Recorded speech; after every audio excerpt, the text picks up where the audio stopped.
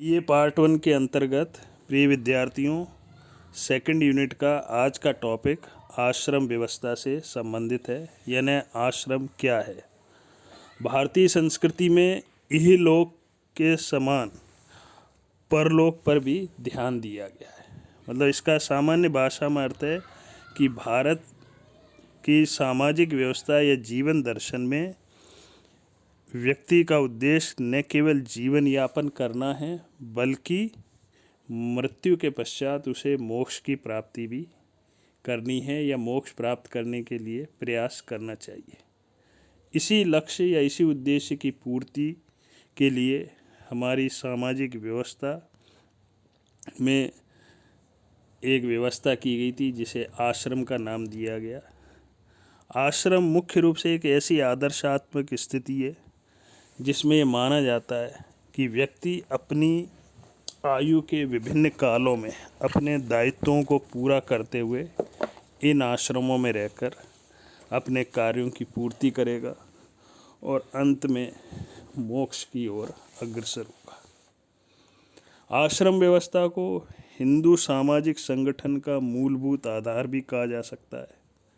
इसीलिए समाजशास्त्री पीएन प्रभु ने आश्रम व्यवस्था को स्पष्ट करते हुए लिखा या बताया कि हिंदुओं के द्वारा सोची तथा नियोजित की गई आश्रम व्यवस्था विश्व के सामाजिक विचारों के संपूर्ण इतिहास में एक बहुत बड़ी देन है। अब सबसे पहले आता आश्रम है क्या। आश्रम शब्द संस्कृत भाषा के आ प्लस श्रम प्लस गज से उत्पन्न हुआ या बना है, जिसका अर्थ है पर्णशाला या कुटिया या सन्यासियों के रहने का स्थान। ने आश्रम शब्द स्थानवाचक ही नहीं बल्कि एक तरह से व्यवस्थावाचक और कालवाचक भी है। इस प्रकार आश्रम स्थल को एक क्रिया स्थल माना गया है जिसमें व्यक्ति कुछ समय के लिए ठहरता है और फिर अगले आश्रम के लिए प्रस्थान करता है। जहाँ तक आश्रम की बारे में बात है तो आश्रम शब्द का सर्वप्रथम प्रयोग जो है वैदिक काल के उत्तरार्ध में मनीषियों द्वारा किया गया था। भारतीय समाज में धर्म अर्थ काम मोक्ष व्यक्ति के ये प्रमुख कर्तव्य माने गए और इन्हीं कर्तव्यों की पूर्ति के लिए ये माना गया कि व्यक्ति जो है को इन चार आश्रमों से या इन चार व्यवस्थाओं से होकर गुजरना पड़ेगा, तभी वो इन चीज़ों की पूर्ति कर सकता है या उनको पूरा कर सकता है। कापड़िया ने भी, समाजशास्त्री का नाम है ये, कहा था कि आश्रमों को मोक्ष प्राप्ति का अंतिम लक्ष्य मानते हुए उन्होंने कहा कि हिंदू आश्रम व्यवस्था में पुरुषार्थ सिद्धांत की वास्तविक अभिव्यक्ति की गई है। यानी कि हिंदू धर्म में भी जो है आश्रम एक महत्वपूर्ण व्यवस्था रही है और उसी के द्वारा व्यक्ति जो है अपने लक्ष्य को प्राप्त कर सकता है। जहाँ तक आश्रम व्यवस्था की उत्पत्ति के विषय में अगर पूछा जाए तो इसका कोई निश्चित रूप से समय या ये नहीं मालूम कि कहाँ से आई थी ये बात, लेकिन फिर भी ये माना जाता है कि आश्रम व्यवस्था का प्रारंभ उत्तर वैदिक काल के प्रारंभ में हुआ था और प्रारंभ में उपनिषदों में खासकर छांदोग्य उपनिषद में 3 आश्रमों का ही उल्लेख किया गया था, गृहस्थ, वानप्रस्थ और ब्रह्मचर्य। यहाँ पर यह भी ध्यान देने की बात है कि उस समय ब्रह्मचर्य अंतिम स्तर पर था। मनुस्मृति में भी केवल 3 आश्रमों का ही उल्लेख किया गया।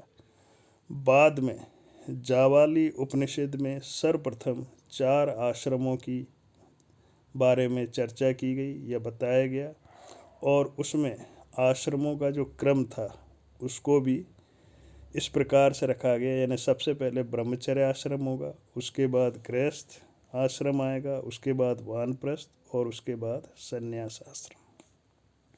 नेक्स्ट पॉइंट है आश्रमों का विभाजन। जैसा कि एक चित्र आप देख रहे हैं उसमें आश्रम के विभाजन को दर्शाया गया है और हिंदू धर्म में या हिंदू समाज के जो जितने भी ग्रंथ धर्म ग्रंथ रहे उसमें माना गया कि एक व्यक्ति की आयु लगभग 100 वर्ष होती है। उस हिसाब से व्यक्ति के जीवन को 25-25 वर्ष के हिसाब से 4 भागों में बांटा गया। पहला जो ये माना जाता है कि व्यक्ति, पहले आश्रम को ब्रह्मचर्य आश्रम कहा गया और इसमें माना जाता है कि 1 से 25 वर्ष तक व्यक्ति इस आश्रम में निवास करेगा। 25 से 50 की आयु में व्यक्ति गृहस्थ आश्रम की ओर अग्रसर होगा। तत्पश्चात 50 से 75 वर्ष की आयु में व्यक्ति वानप्रस्थ आश्रम की ओर अग्रसर होगा और लास्ट में 75 से 100 वर्ष की आयु में व्यक्ति संन्यास आश्रम की ओर प्रस्थान करेगा या जाएगा और वहीं से उसको संभवतः मोक्ष की प्राप्ति होगी। फिगर में इनके कुछ कार्यों को भी बताया गया है,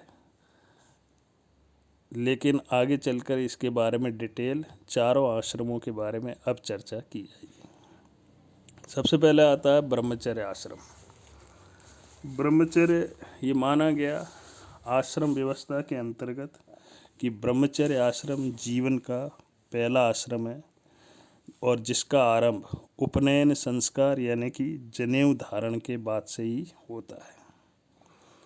इस आश्रम की भी बताया था कि समय अवधि 1 से 25 वर्ष है और इसमें ये माना जाता है कि व्यक्ति जो है शिक्षा प्राप्त करने के लिए भी आश्रम की ओर अग्रसर होगा। यानी बालक को उस समय गुरुकुल में रहकर विद्या अध्ययन करना होता था। गुरु ही उनके शिक्षा का संस्कार का कार्य करते थे और गुरुकुल में जो विद्यार्थी रहता था उसको ब्रह्मचारी कहा जाता था। अर्थात ब्रह्मचारी का यहाँ पर मतलब है महानता के मार्ग पर चलने वाला या महान आत्माओं का अनुसरण करने वाला। सामान्य अर्थ में ब्रह्मचारी का और सामान्य अर्थ है, यानी कि ब्रह्मचर्य आश्रम के अंतर्गत ब्रह्मचारी के रूप में किसी भी बालक या व्यक्ति को ब्रह्मचर्य के व्रत का पालन करना है, नैतिकता का पालन, कर्तव्य परायणता, अनुशासन, आचरण की पवित्रता, यौनिक संयम सभी को ध्यान में रखकर वे ब्रह्मचर्य आश्रम में जो है ब्रह्मचर्य आश्रम का पालन करेगा और उसके अनुरूप कार्य करेगा। ब्रह्मचर्य आश्रम की अवधि में ब्रह्मचारी को उस समय माता पिता का घर छोड़कर अत्यंत सरल और सादा जीवन भी व्यतीत करना पड़ता था। मनुस्मृति में विद्यार्थी की दिनचर्या के कई सारे नियम बताए गए, जैसे विद्यार्थी को सूर्योदय से पूर्व उठना चाहिए, 2 बार भोजन ग्रहण करना चाहिए, मांसाहारी भोजन नहीं करना चाहिए और नृत्य गायन झूठ जुआ इत्यादि पर भी नहीं करना चाहिए। ये उस समय मनुस्मृति में बताया गया था। इस प्रकार से ब्रह्मचर्य आश्रम का मेन जो मकसद था वो ये था कि इस काल में व्यक्ति के यानी विद्यार्थी के व्यक्तित्व का निर्माण होता है और वह अपनी इच्छाओं पर नियंत्रण रखते हुए अपने व्यक्तित्व का विकास करता है। इसी में अब आता है कि ब्रह्मचर्य आश्रम का क्या महत्व था, अगला पॉइंट। तो ब्रह्मचर्य आश्रम का मेन महत्व इस दृष्टि से कि इस आश्रम की वजह से बालक में न केवल शारीरिक विकास होता है बल्कि मानसिक विकास और आध्यात्मिक दृष्टि से भी उसका ऊपर महत्वपूर्ण ध्यान दिया जाता है। साथ ही भौतिक सुखों का त्याग करता है इस काल में, जिसके कारण सादा जीवन आगे किसी भी प्रकार की कठिनाई तो उस प्रकार का जीवन जी सकता है।